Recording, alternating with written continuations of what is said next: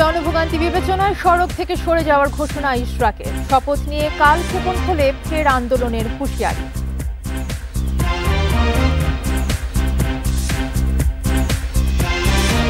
শিক্ষার্থী সাম্য হত্যার বিচারের দাবিতে শাহবাগে ৬ ঘণ্টা অবরোধ ছাত্র দলের, যান চলাচল বন্ধে ভোগান্তি।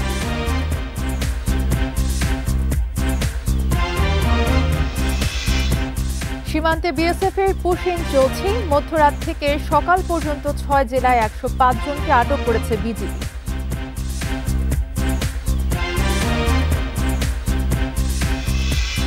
প্রধান উপদেষ্টার কাছে এনবিআর সংস্কার ঐক্য পরিষদের স্মারকলিপি, দাবি আদায় না হওয়া পর্যন্ত আন্দোলন।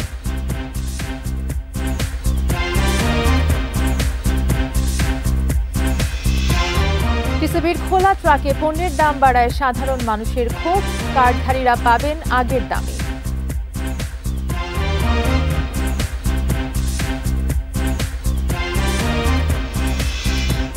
স্বাগত বিরতিহীন রাত ৯টায় বাংলাদেশের সঙ্গে আছি তাসনিমে জান্নাত অর্থী। শিরোনাম শুনছিলেন, এবারে পুরো খবর। মানুষের ভোগান্তি বিবেচনায় সড়কের আন্দোলন প্রত্যাহারের ঘোষণা ইশরাক হোসেনের। তবে শপথ বিষয়ে রায় নিয়ে কালক্ষেপণ হলে আবারও রাস্তায় নামার হুঁশিয়ারি দিয়েছেন তিনি। উপদেষ্টা আসিফ ও মাহফুজের পদত্যাগের বিষয়ে ৪৮ ঘণ্টা পর্যবেক্ষণ করবেন তারা। এদিকে শপথ না পালানো নিয়ে রিট খারিজ হওয়ায় উচ্ছ্বসিত ইশরাকের সমর্থকরা।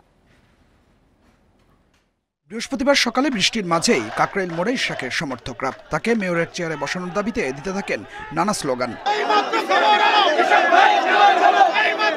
11:30 নাগাদ ইশরাককে শপথ না পড়ানোর বিষয়ে রিট খারিজ করে দেয় হাইকোর্ট। এতে বাঁধভাঙা উচ্ছ্বাস নেতাকর্মীদের।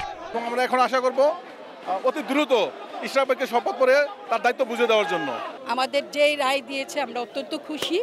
জনাব ইঞ্জিনিয়ার ইশরাক হোসেন মেয়র হয়ে আসবে, জনতার মেয়র। আমাদের দফা ১ দাবি ১, আসিফের পদত্যাগ, এটাই আমাদের দাবি। আমরা আমাদের জয় পেয়েছি, আমরা সফল হয়েছি, আমরা এখন আসিফের পদত্যাগ চাই। এরপর শুরু হয় নতুন আন্দোলন। এবার ১ দফা দাবি স্থানীয় সরকার উপদেষ্টা আসিফ মাহমুদ এবং তথ্য উপদেষ্টা মাহফুজ আলমের পদত্যাগ।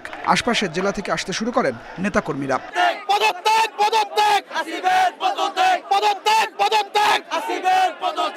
বিকেলে আন্দোলনকারীদের সঙ্গে যোগ দেন ইশরাক হোসেন। এ সময় তিনি সড়ক থেকে আন্দোলন প্রত্যাহারের ঘোষণা দেন। জনভোগান্তির দায় চাপান সরকারের উপর। বলেন, সরকার অধিকার বঞ্চিত করাতেই এ আন্দোলন। আসিফ ও মাহফুজের পদত্যাগে ৪৮ ঘণ্টা পর্যবেক্ষণের কথাও জানান তিনি। আপাতত আমরা স্থগিত রাখব এবং সরকারকে আগামী ২৪ ঘন্টা থেকে ৪৮ ঘন্টা পর্যবেক্ষণ করা হবে তারা কি করে, এবং তার পরিপ্রেক্ষিতে তাদের যে কর্মকাণ্ড সেটার উপর ভিত্তি করে পরবর্তী কার্যক্রম নির্দেশনা আসবে এবং নেওয়া হবে। ইশরাকের ঘোষণার পর বিকেল ৫:৩০ নাগাদ কাকরাইলের সড়ক ছাড়েন কয়েক হাজার নেতাকর্মী।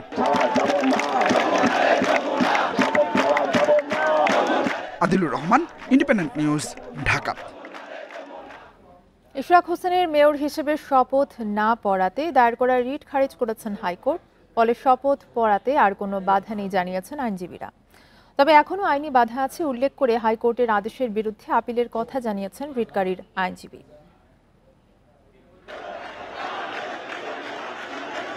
এক সপ্তাহেরও বেশি সময় ধরে আন্দোলনে থাকা ইশরাক হোসেনের মেয়রের শপথ পড়ানোর পথে বড় বাধা হয়েছিল তার বিপক্ষে দায়ের করা রিট। বৃহস্পতিবার ওই রিটের আদেশ ঘিরে সকাল থেকে হাইকোর্ট এলাকায় নেওয়া হয় সেনা, বিজিবি ও পুলিশের কঠোর নিরাপত্তা। আদেশ শুনতে বৃষ্টি উপেক্ষা করেই সকাল থেকে আইনজীবী ও গণমাধ্যম কর্মীদের উপচে পড়া ভিড় হাইকোর্টের বিচারপতি আকরাম হোসেন ও বিচারপতি দেবাশিস রায়ের বেঞ্চে। আধা ঘণ্টা ধরে দেয়া আদেশে আদালত জানায়, নির্বাচনী ট্রাইব্যুনালে ইশরাক হোসেনের করা মামলায় রিটকারী কোনো পক্ষ না থাকায় হাইকোর্টের রিট আইনসম্মত নয়। এজন্য রিটটি খারিজ করা হয়। আইনজীবীরা জানান, ইশরাককে শপথ দিতে বিলম্ব হলে আদালত অবমাননা হবে। যারা সংশ্লিষ্ট, যাদের নলেজ আছে, মন্ত্রণালয় সম্পর্কিত সরকারি আদালত অবমাননা হবে। এবং আমরা কিন্তু আইনজীবীরা এর মধ্যে আলোচনা করে নিয়েছি। নেক্সট স্টেপ কিন্তু কন্টেম্পট অফ কোর্ট।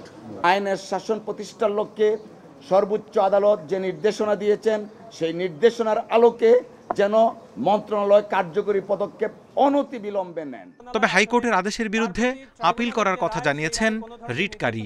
উচ্চতর আদালতে যাব, মহামান্য আপিল বিভাগে আমরা আপিল ফাইল করব এবং আপিল ফাইল করা অবস্থায় যেহেতু এই বিষয়টি সাবজুডিস ম্যাটার থাকবে, এখানে স্থানীয় সরকার মন্ত্রণালয়ের শপথ পড়ানোর আইনগত কোনো সুযোগ থাকলো না। গত ২৭ মার্চ ইশরাককে ডিএসসিসির মেয়র ঘোষণা করে রায় দেয় ঢাকার নির্বাচনী ট্রাইব্যুনাল। এরপর গেজেট প্রকাশ করে ইসি। নিয়ম অনুযায়ী গেজেট থেকে ৩০ দিনের মধ্যে শপথ পড়ানোর সময় শেষ হচ্ছে আগামী ২৬শে মে। Zahidul Bashar, independent news, Dhaka. ডিসেম্বরের মধ্যে নির্বাচনের রোডম্যাপ অবিলম্বে ঘোষণার দাবি জানিয়েছে বিএনপি, নইলে অন্তর্বর্তী সরকারের প্রতি সহযোগিতা অব্যাহত রাখা কঠিন হয়ে পড়বে বলে জানিয়েছেন বিএনপির স্থায়ী কমিটির সদস্য খন্দকার মোশাররফ হোসেন। বিকেলে গুলশানে দলের চেয়ারপারসনের কার্যালয়ে সংবাদ সম্মেলনে এই তথ্য জানান তিনি। এ সময় 2 ছাত্র উপদেষ্টার পদত্যাগ এবং চট্টগ্রাম বন্দর বিষয়েও কথা বলেন বিএনপি নেতারা। সকালে অপর এক অনুষ্ঠানে নিরাপত্তা উপদেষ্টা খলিলুর রহমানেরও পদত্যাগের দাবি জানান বিএনপি নেতা রুহুল কবির রিজভী। বিএনপির সর্বোচ্চ নীতি নির্ধারণী ফোরামের বৈঠকের বিষয়বস্তু তুলে ধরতে সংবাদ সম্মেলন করেন স্থায়ী কমিটির সদস্যরা।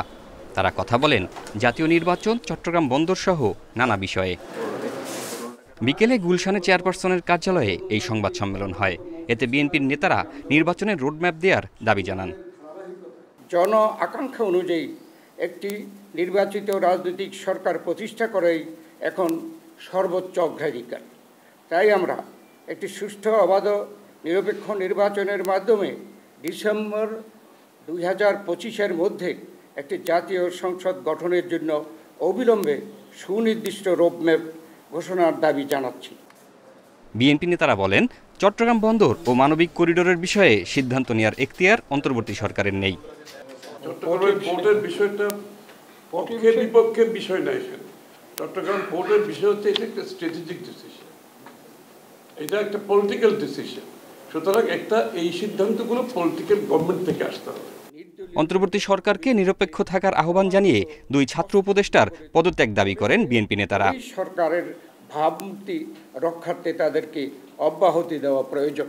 জাহিদুল ইসলাম, ইন্ডিপেন্ডেন্ট নিউজ, ঢাকা। নিরাপত্তা।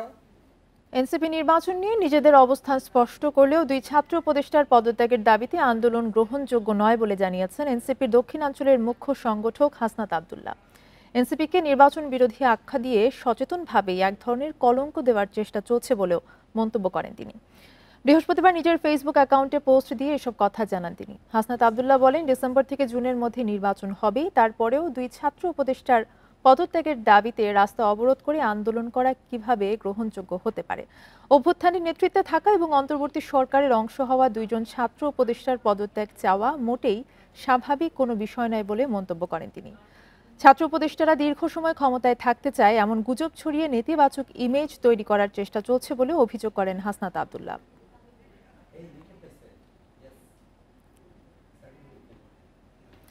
ঢাকা বিশ্ববিদ্যালয়ের শিক্ষার্থী এবং ছাত্রদল নেতা সাম্য হত্যার বিচারের দাবিতে 6 ঘন্টা শাহবাগ মোড় অবরুদ্ধ করে রাখেন ছাত্রদলের নেতাকর্মীরা।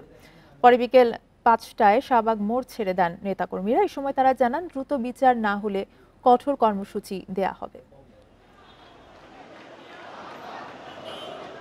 গত 13 মে রাতে ঢাকা বিশ্ববিদ্যালয় সংলগ্ন সোহরাওয়ার্দী উদ্যানে সন্ত্রাসীদের হাতে খুন হন ছাত্রদল নেতা শাহরিয়ার আলম সাম্য। এরপর থেকেই হত্যার বিচারের দাবিতে আন্দোলনে নেমেছে বিশ্ববিদ্যালয়ের শিক্ষার্থী এবং ছাত্রদলের নেতাকর্মীরা। এরই ধারাবাহিকতায় বৃহস্পতিবার সকাল থেকে শাহবাগ মোড় অবরোধ করে রাখেন ছাত্রদলের নেতাকর্মীরা। সাম্য হত্যার বিচার না হওয়া পর্যন্ত আমরা রাজপথ ছেড়ে চলে যাব না। সুষ্ঠু একটি বিচারের দাবিতে আজকের এখানে আমরা সমবেত হয়েছি। অতি দ্রুত বিচারের দাবিতে আমরা রাজপথে এখনো সোচ্চার। দ্রুত তাদের বিচার নিশ্চিত করার দাবিতে আজকে আমাদের এই অবস্থান। আন্দোলনকারীরা জানান, সাম্য হত্যাকাণ্ডের সাথে জড়িত মূল আসামিরা এখনো ধরা পড়েনি, এমনকি হত্যাকাণ্ডের রহস্য উন্মোচিত হয়নি। এটিকে প্রশাসনের গাফিলতি বলছেন তারা। এবং বিচারে যে গাফিলতি, এই গাফিলতির প্রতিবাদে আমরা 9 দিন যাবত কর্মসূচি পালন করতেছি। এমন কোনো পদক্ষেপ গ্রহণ করে নাই যার মাধ্যমে প্রকৃত খুনিদের বিচার সম্ভব হয়। আমরা কোনোভাবেই এই ধরনের হত্যাকাণ্ডকে বিনা প্রতিবাদে ছেড়ে দেব না। দ্রুততম সময়ে সুষ্ঠু তদন্তের মাধ্যমে বিচার নিশ্চিত করা না হলে কঠোর কর্মসূচির হুঁশিয়ারি দেন ছাত্রদল নেতারা। তারা বলেন, সরকার 9 মাসেও আইনশৃঙ্খলা পরিস্থিতি ঠিক করতে পারেনি, বিশ্ববিদ্যালয় ক্যাম্পাস নিরাপদ হয়নি।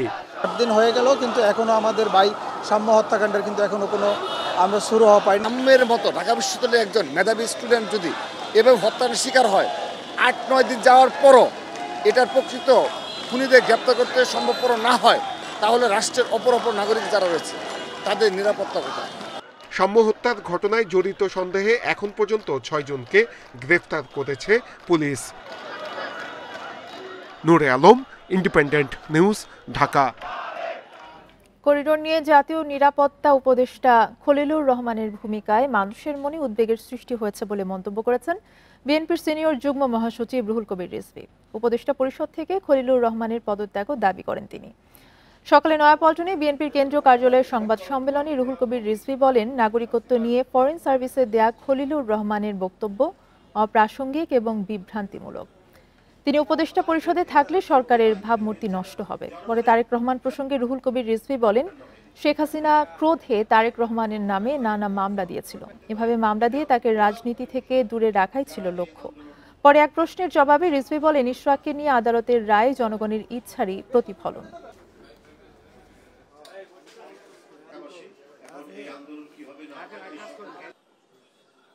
এমন একজন ব্যক্তিকে জাতীয় নিরাপত্তা উপদেষ্টা বানিয়েছেন দেশের জন্য যার কোনো দৃশ্যমান অবদান নেই।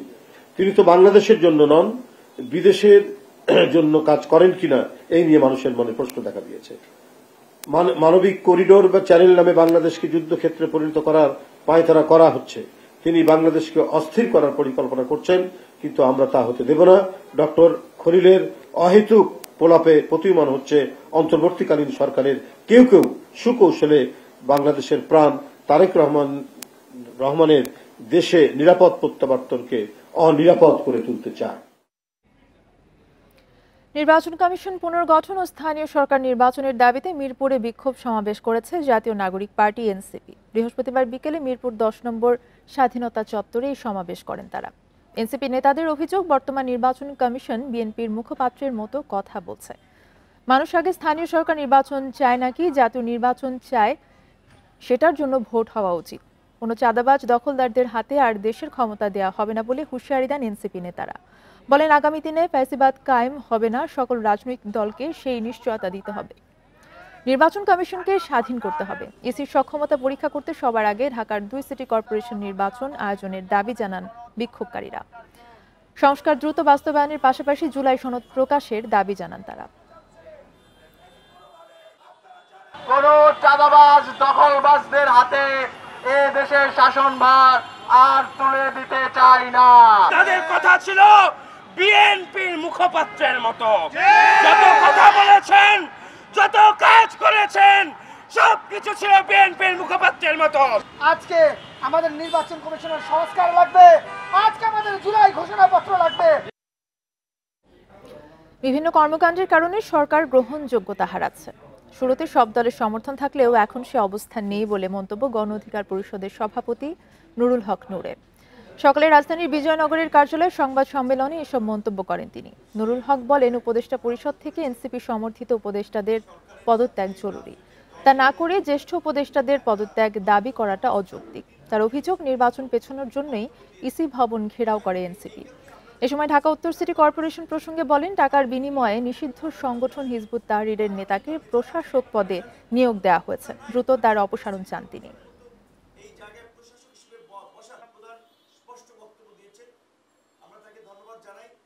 সামগ্রিক প্রেক্ষাপটে মনে হয়েছে যে আসলে আগামী জাতীয় নির্বাচনের জন্য আমাদের আরেকটা নিরপেক্ষ এবং নির্দলীয় তত্ত্বাবধায়ক সরকারের প্রয়োজন হবে।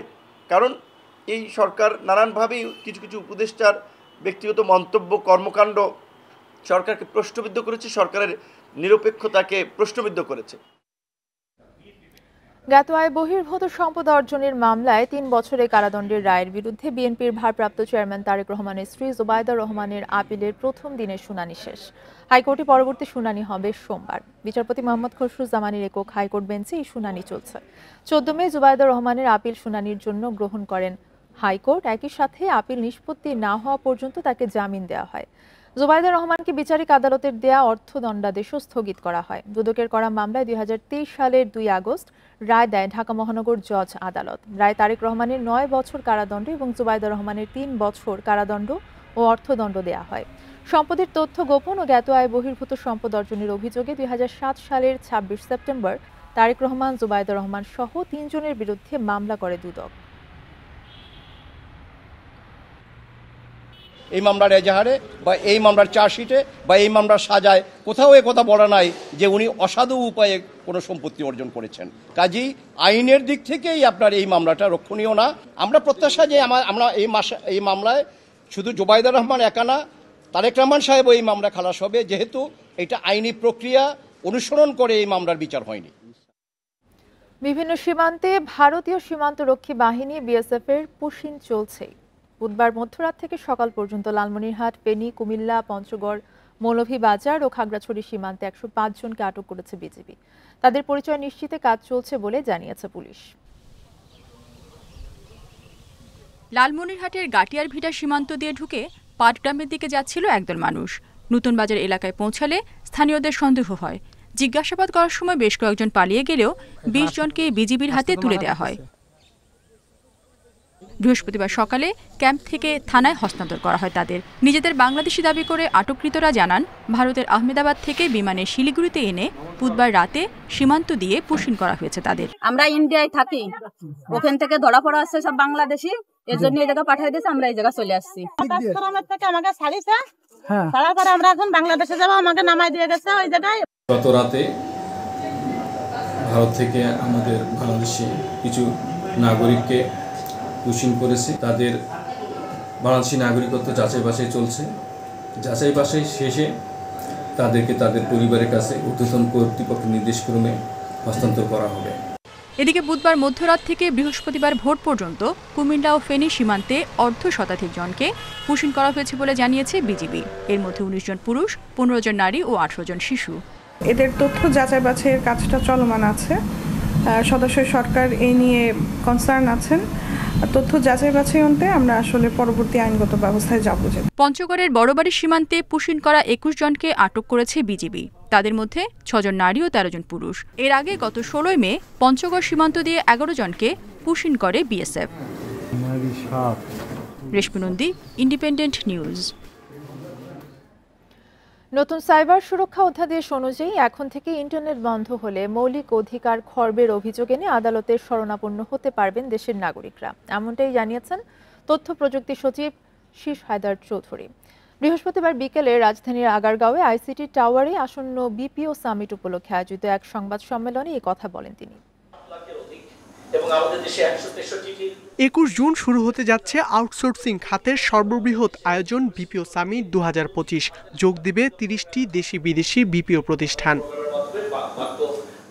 সংবাদ সম্মেলনে আউটসোর্সিং খাত সংশ্লিষ্টরা বলেন, জুলাই অভ্যুত্থানের সময় দেশব্যাপী ইন্টারনেট বন্ধ থাকায় এ খাতের কর্মীদের যে সম্মানহানি হয়েছে তা ফেরানোর পাশাপাশি বিশ্বের কাছে পূর্ণ সক্ষমতা তুলে ধরাই হবে এবারের বিপিও সামিটের উদ্দেশ্য। এক্সিস্টিং যেই জনবল আমাদের মেম্বার কোম্পানিতে কাজ করছে 85,000, সেই 85,000কে আমরা নিশ্চয়ই এই বছরের মধ্যে 1 লাখে উন্নতি করব। সেটা আমাদের একটা টার্গেট। এটা একদম very short term target. So আমরা যেভাবে প্রোগ্রেস করছি ইনশাআল্লাহ আমরা 1 লাখে পৌঁছে যাব। এ সময় উঠে আসে বুধবার গ্যাজেট হওয়া সাইবার সুরক্ষা অধ্যাদেশের বিষয়টি। আইসিটি সচিব জানান, এখানে মোট 51টি ধারা সন্নিবেশিত হয়েছে। সাইবার জগৎকে সুরক্ষা দিতে জুয়া, জালিয়াতি, নারীদের নিরাপত্তার মতো সকল বিষয় রাখা হয়েছে এই অধ্যাদেশে। ইন্টারনেট বন্ধ করা হলে তা হবে অধিকার খর্ব। সাইবার স্পেসে জুয়া, তারপর সাইবার বুলিং, নারী এবং শিশুদের রাইটসগুলো যতভাবে হ্যাম্পার্ড হয়, এবং এখানে ইন্টারনেটকে একটা রাইট হিসাবে দেয়া হয়েছে। এখন আর ইন্টারনেট বন্ধ হলে আপনি আপনার মৌলিক অধিকার খর্ব হয়েছে মর্মে কিন্তু আদালতের শরণাপন্ন হতে পারবেন। ফ্রিল্যান্সারদের বহুল প্রতীক্ষিত আন্তর্জাতিক অনলাইন পেমেন্ট সিস্টেম পেপ্যাল বাংলাদেশে চালুর প্রক্রিয়া শুরু হলেও ভারতের মধ্যস্থতার কারণে তা দেরি হচ্ছে বলে জানান আইসিটি সচিব। পেপ্যালের যে জায়গায় আমরা যোগাযোগ করি না কেন, এটা it turns to India, it comes to India because PayPal is being controlled for this region is from India. তো এখন ইন্ডিয়াতে আসলে যেটা হয়, for any reason or for no reason it is delayed. এদিকে সম্প্রতি বাংলাদেশে চালু হওয়া স্টারলিংকের খরচ ভবিষ্যতে আরও কমে আসবে বলেও আশ্বাস দেন শীষ হায়দার চৌধুরী। ইকরামুল কবির, ইন্ডিপেন্ডেন্ট নিউজ, ঢাকা। অবসরে যাচ্ছেন জাতীয় দল ও ব্রাদার্স ইউনিয়নের গোলকিপার আশরাফুল ইসলাম রানা। শুক্রবার কুমিল্লায় বিপিএলে মোহামেডানের বিপক্ষে খেলবেন ক্যারিয়ারের শেষ ম্যাচ। ফুটবল ছাড়ার পর কোচিং ক্যারিয়ার শুরু করতে চান। মাঠ থেকে অবসর নিতে পারাকে তৃপ্তির জায়গা বলছেন তিনি। এখনই আমার রাইট টাইম ফুটবলটা ছেড়ে দেওয়া, তো সেই কারণেই আমার এই অবসরের সিদ্ধান্ত। আবেগভরা কণ্ঠে 11 বছরের ফুটবল ক্যারিয়ার শেষ করার ঘোষণা গোলকিপার আশরাফুল ইসলাম রানার। 2014 সালে মোহামেডানের হয়ে পেশাদার ফুটবলে যাত্রা শুরু। ঐতিহ্যবাহী সেই দলের বিপক্ষে ম্যাচ দিয়ে গ্লাভসজোড়া তুলে রাখতে যাচ্ছেন। বিদায়বেলায় জানিয়েছেন জাতীয় দল থেকে অবসর নিতে না পারার আক্ষেপ।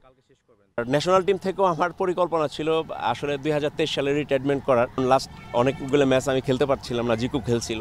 তো আমার কাছে মনে হয়েছে তখন যে জায়গাটা ছেড়ে দেওয়া উচিত, ন্যাশনাল টিমে জুনিয়র ছেলে পেলে আসুক তো তাদের জন্য।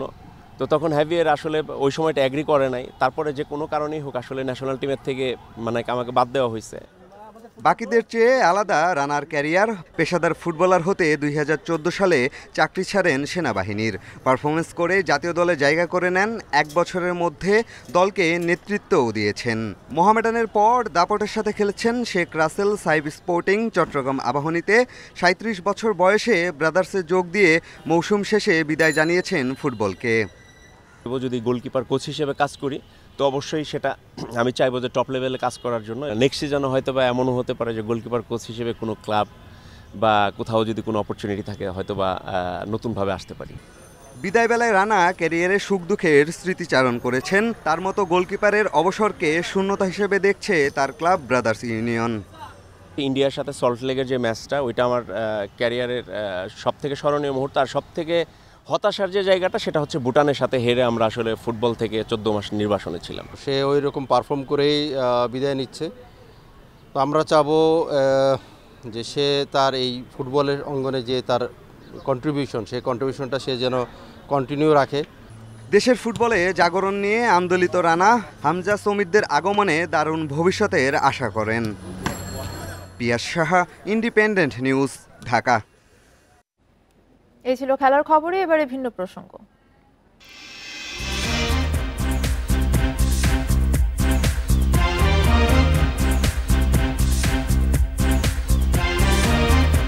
বিলুপ্তির ঝুঁকিতে পড়েছে পাহাড়ি অঞ্চলের এশিয়ান বন্য হাতি, মেঘচিতা, সাম্বার হরিণ, রাজধনেশ সহ বিভিন্ন প্রজাতির পাখি ও প্রাণী।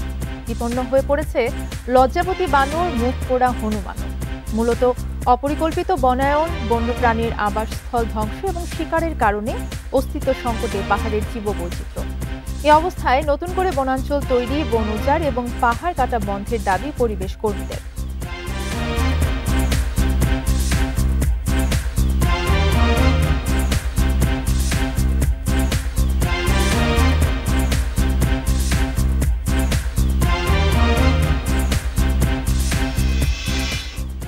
প্রতিবেদন থাকছে সংবাদের শেষ অংশে। যাচ্ছি পরের খবরে।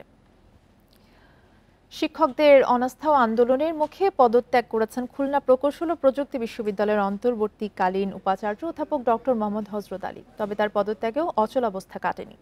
অধ্যাপক হযরত আলী মাত্র 18 দিন আগে অন্তর্বর্তীকালীন উপাচার্য হিসেবে দায়িত্ব গ্রহণ করেন, কিন্তু দায়িত্ব পালনকালে শিক্ষক সমিতি তার বিরুদ্ধে অনাস্থা প্রকাশ করে পদত্যাগের দাবি জানান। এদিকে বেলা 11:30টায় বিশ্ববিদ্যালয়ে অচল অবস্থা দ্রুত নিরসনের দাবিতে শিক্ষক ও শিক্ষার্থীদের ব্যানারে ঘণ্টাব্যাপী মানববন্ধন অনুষ্ঠিত হয়। এ সময় বক্তারা বলেন, একটি মহল বিশ্ববিদ্যালয়ে বিশৃঙ্খলা সৃষ্টি করছে।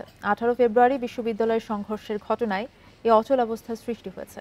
আর এই অবস্থায় শিক্ষার্থীদের একটি অংশ শিক্ষকরা আন্দোলনে নামেন। গেল 3 মাস ধরে বিশ্ববিদ্যালয়ের শিক্ষা কার্যক্রম বন্ধ রয়েছে।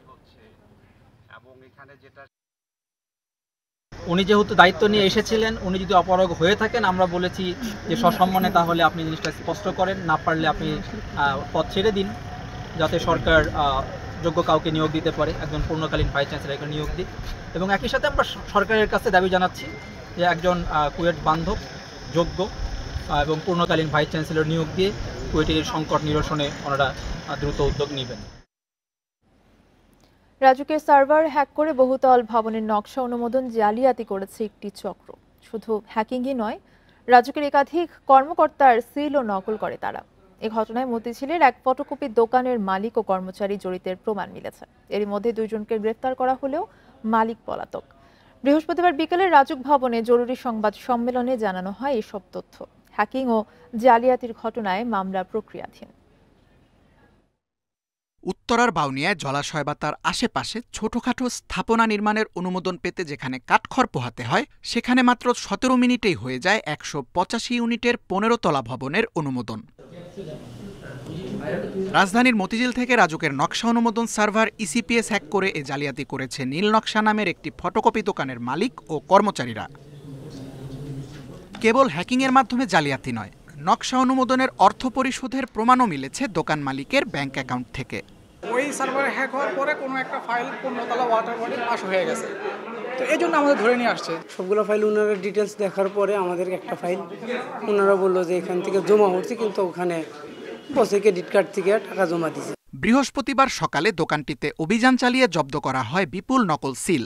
2 কর্মচারীকে গ্রেপ্তার করতে পারলেও মালিক পলাতক। যে নকশাটির বিষয়ে অভিযোগ রয়েছে, সেই নকশাটি সেখানে প্রণীত হয়েছে, তাদের কম্পিউটারে এটা পাওয়া গিয়েছে। এটি আপলোড করার জন্য যে জিমেইল আইডিটি খোলার প্রয়োজন পড়ে, সেটিও তারা ওখানে তৈরি করেছে। এ জালিয়াতির সঙ্গে রাজুকের কোনো কর্মকর্তা, কর্মচারী কিংবা সংশ্লিষ্ট কারো জড়িত থাকার প্রমাণ পেলে ব্যবস্থা নেওয়ার কথা জানান সংস্থাটির চেয়ারম্যান। এই নকশাটা যেখানে অনুমোদন নিয়েছে, এটা হলো একটা ওয়াটার বডি, এখানে প্ল্যান পাশে কোনো সুযোগ নাই এবং এটা হাইট রেস্ট্রিকশন আছে, এবং আমরা এটা পূর্ণাঙ্গ তদন্ত করে আমরা এখন যেটা আইনানুগ ব্যবস্থা নিব, পুলিশের কাছে হস্তান্তর করব, রেগুলার একটা মামলা করব।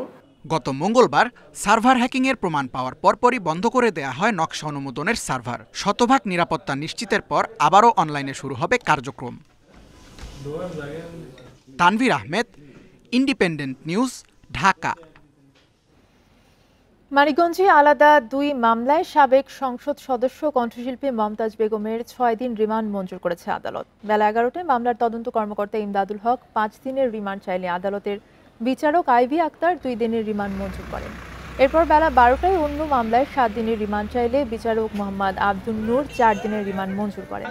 সকাল 8:30টায় গাজীপুরের কাশিমপুর কেন্দ্রীয় কারাগার থেকে প্রিজন ভ্যানে মানিকগঞ্জের চিফ জুডিশিয়াল ম্যাজিস্ট্রেট আদালতে নেওয়া হয় তাকে। এর আগে হত্যা মামলায় 4 দিনের রিমান্ড শেষে মমতাজকে কাশিমপুর কারাগারে রাখা হয়। 2013 সালে সিঙ্গাইর উপজেলার গোবিন্দল এলাকায় হরতালের সমর্থনে মিছিলে পুলিশের গুলিতে 4 জন নিহত হন। শুনানিতে আজকে তার বিরুদ্ধে 4 দিনের রিমান্ড মঞ্জুর করেছে আদালত। আর অন্য একটি মামলা হরিরামপুরে আফরোজাকান্দিতে আবার বাড়িতে ভাঙচুর করা হয়েছে, সেই ভাঙচুরের প্রতিবাদে তার বিরুদ্ধে মামলা হয়েছে। সেই মামলা উনি 1 নম্বর আসামি, সেইখানেও তার বিরুদ্ধে 2 দিনের রিমান্ড মঞ্জুর করা হয়েছে। এই ছিল এখনকার সংবাদে। ইন্ডিপেন্ডেন্ট টেলিভিশনের আরো খবর জানতে চোখ রাখুন ফেসবুক, ইউটিউব এবং এক্সে। ধন্যবাদ।